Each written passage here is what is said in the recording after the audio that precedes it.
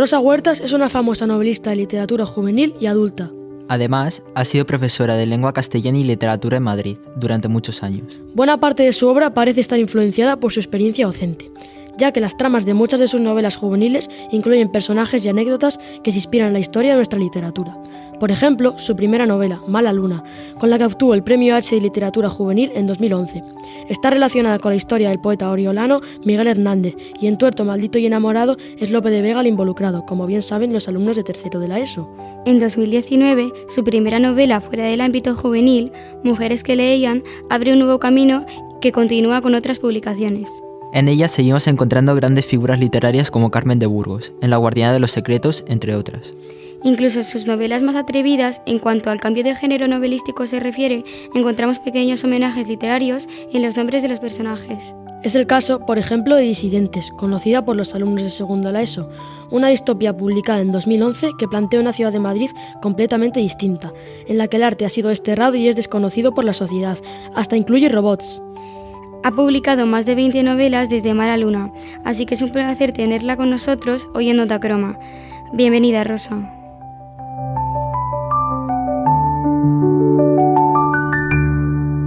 Gracias, buenos días. ¿Desde cuándo escribes y cuál fue tu inspiración? Pues yo empecé a escribir muy pronto y a publicar muy tarde. Yo recuerdo cuando tenía unos 12 años que escribí un verano que me lo pasé muy bien para que no se me olvidara. A partir de ahí escribí muchísimo, diarios, durante una temporada poesía, también relatos, pero yo creo que tenía una cierta inseguridad porque no compartía con nadie las cosas que escribía. Entonces nadie me decía si eso estaba bien o mal. El caso es que fueron pasando los años, yo estaba muy interesada en la literatura infantil y juvenil como docente que he sido y leí mucha literatura juvenil y además hice un trabajo importante que es una tesis doctoral, una investigación sobre literatura juvenil. Digamos que cuando yo ya me sentí suficientemente preparada, escribí una primera novela que se titula Mala Luna y bueno, la presenté a un premio que no ganó pero quedó finalista. Yo ya tenía más de 40 años entonces, pero a partir de ahí empezó mi historia como escritora que no se me ha dado nada mal, así que empecé a escribir muy pronto, a publicar muy tarde y lo que me llevó a escribir fue ese deseo de expresarme a través de la escritura. Qué interesante. Ahora otra pregunta, a la hora de empezar a escribir, ¿cómo te organizas? En el sentido de, ¿haces un borrador antes de escribir la novela que luego vas a publicar? ¿O cómo te llega la inspiración? ¿O si lo escribes directamente? Bueno, yo dedico mucho tiempo a pensar sobre lo que voy a escribir. Nunca me pongo delante del ordenador sin saber qué voy a contar. Entonces, durante varios meses, pues si es una novela que necesita documentación, pues leo, me documento, voy tomando notas, voy haciéndome un esquema más o menos de lo que quiero contar. Necesito conocer muy bien a los personajes, quiénes van a ser, de dónde viene cada uno, qué es lo que le va a ocurrir. Cuando yo tengo todo eso más o menos claro, todo eso yo lo escribo a mano en cuadernos. A mí me gustan mucho los cuadernos, colecciono cuadernos y en cuadernos voy escribiendo toda esta información y cuando ya sé más o menos qué voy a contar, me hago un resumen en el ordenador y a partir de ahí empiezo a escribir. Claro, tampoco es una cosa muy rígida lo que yo escribo. Eso quiere decir que pueden surgir, no sé, a lo mejor algún personaje nuevo o un personaje que tenía una determinada función en una novela, pues al final tiene otra, pero más o menos yo voy desarrollando lo que tengo pensado. Yo no me pongo delante del ordenador sin saber qué voy a contar o si solo tengo el principio de la novela. Necesito saber más para ir avanzando con la escritura. De todas tus novelas, ¿cuál es tu favorita o la que es más importante para ti? Bueno, todos son como mis hijos, porque detrás de cada una de mis novelas hay una historia personal importante, ¿no? Yo sé muy bien qué me estaba ocurriendo, qué supuso esa novela para mí, así que de cada una te podría contar una historia de ese tipo. Mala Luna, por ejemplo, que es la primera novela que publiqué, es importantísima. Si yo no llego a publicar esa novela, con la inseguridad que tenía me habría costado mucho volver a intentarlo. Pero, por ejemplo, Tuerto, maldito y enamorado es la novela que más vendo, es mi novela más conocida. Hay muchos institutos y muchos centros donde se piensan que solo he escrito eso, ¿no? Y no miro mi página web, que tengo 29 libros más, ¿no? Y, no sé, Disidentes, que es la novela que han leído vuestros compañeros, para mí supuso un cambio importante. Fue salir de mi zona de confort y escribir algo distinto en homenaje a mi padre, que era un gran aficionado a la ciencia ficción. Y bueno, te podría contar una historia así de cada uno de mis 30 libros.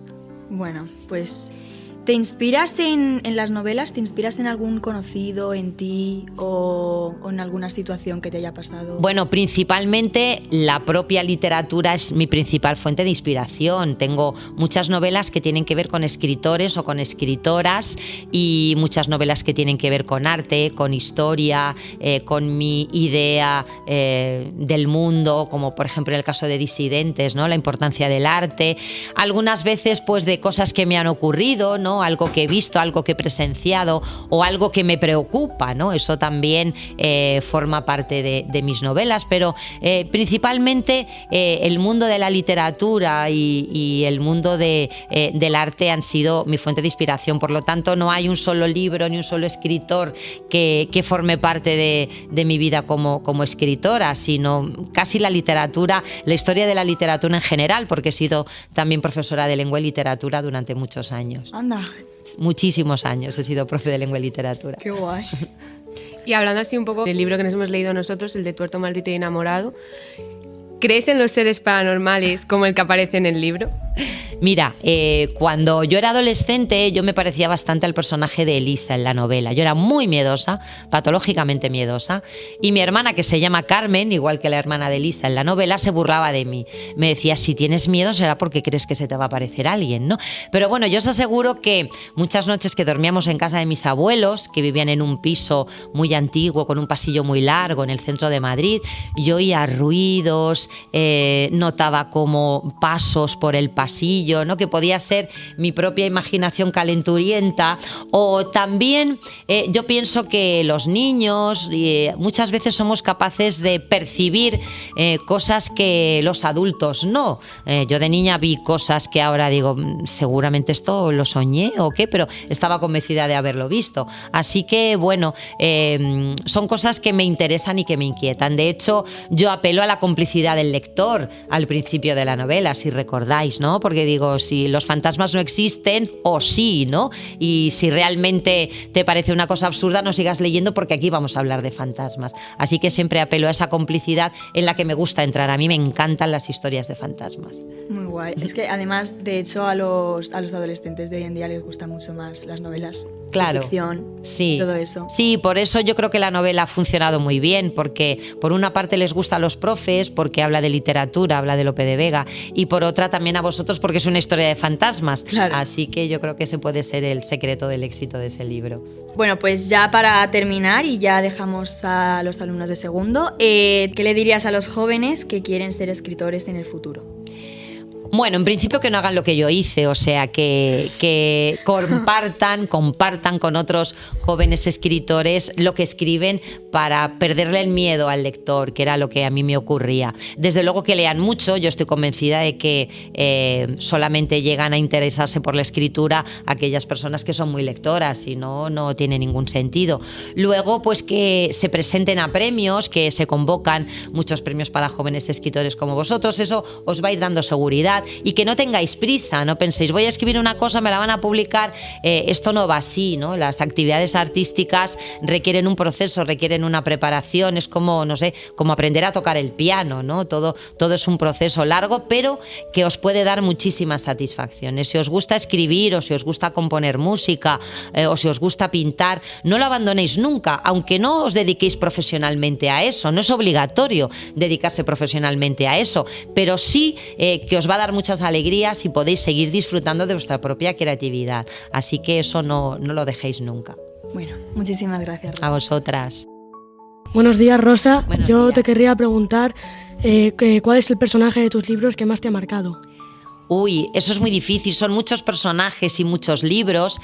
Sí que te diré que hay ciertos personajes a los que les tengo un cariño especial porque están inspirados en mis propios alumnos. Yo he sido docente muchos años y en algunas ocasiones cuando estaba pensando en la novela y pensaba en los personajes, me resultaba sencillo ponerles la cara de algunos de mis alumnos. Y en bastantes ocasiones yo he recurrido a ellos y les he dicho, mira María o mira Sergio, mira Ricardo, voy a escribir una novela donde va a haber un personaje con tu nombre, que se va a parecer un poco a ti, escríbeme algo sobre ti, sobre tus gustos, tu forma de ser, lo que haces en tu tiempo libre, la música que escuchas, y ese material yo lo he utilizado para algunos de mis personajes. Así que, por ejemplo, el Ricardo de Tuerto Maldito y Enamorado está inspirado en un alumno mío del instituto, ¿no? Al que yo apreciaba mucho, conocía a su familia, su madre es dominicana, entonces ese personaje es mulato, o sea que físicamente incluso me daba muy bien para el personaje de la novela. Así que esos personajes que están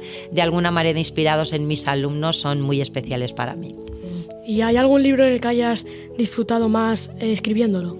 Yo me lo paso muy bien escribiendo, si no, no lo haría porque yo no vivo de esto, ¿no? Pero no sé, me lo pasé muy bien escribiendo Disidentes porque era salir de mi zona de confort, meterme en una aventura más trepidante, ¿no? Con más aventura de lo que yo suelo escribir, ¿no? Y bueno, y también con Tuerto Maldito y Enamorado, porque las historias de fantasmas me encantan. Entonces meter toda esa ambientación fantasmagórica en una novela me resultó muy divertido.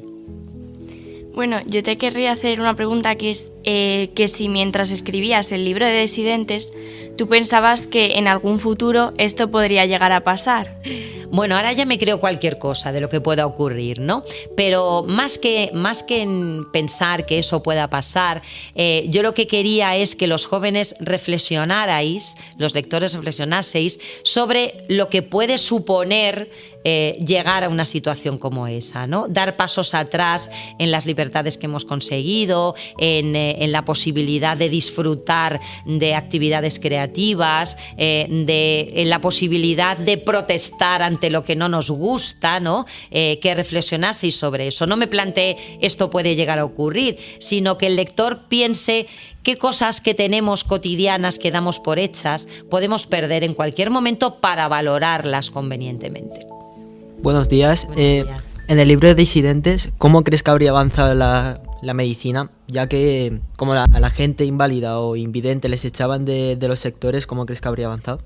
Bueno, ahí yo planteo también una situación ética, una situación moral, ¿no? Hay determinadas ideologías que rechazan a los diferentes, eso lo estamos viendo, ¿no? Hay ahora movimientos que rechazan a los inmigrantes, a los que son distintos. Eso no es tan alejado en el tiempo, ¿no? En la Segunda Guerra Mundial, todos habéis oído hablar de los campos de concentración, ahí no solamente se eliminaban a los judíos, sino a todas aquellas personas que tenían alguna discapacidad, ¿no? Entonces, yo también he querido hablar de eso para plantearnos esa reflexión, ¿no? Eso es ético, es moral, es justo, ¿no? Todos de alguna manera tenemos alguna diferencia. Entonces, valorar las diferencias de los demás y no marginar a determinadas minorías o a determinados grupos es un aspecto que yo quería retratar en el libro para generar eso que has dicho, ¿no? Esta reflexión en torno a situaciones como esa.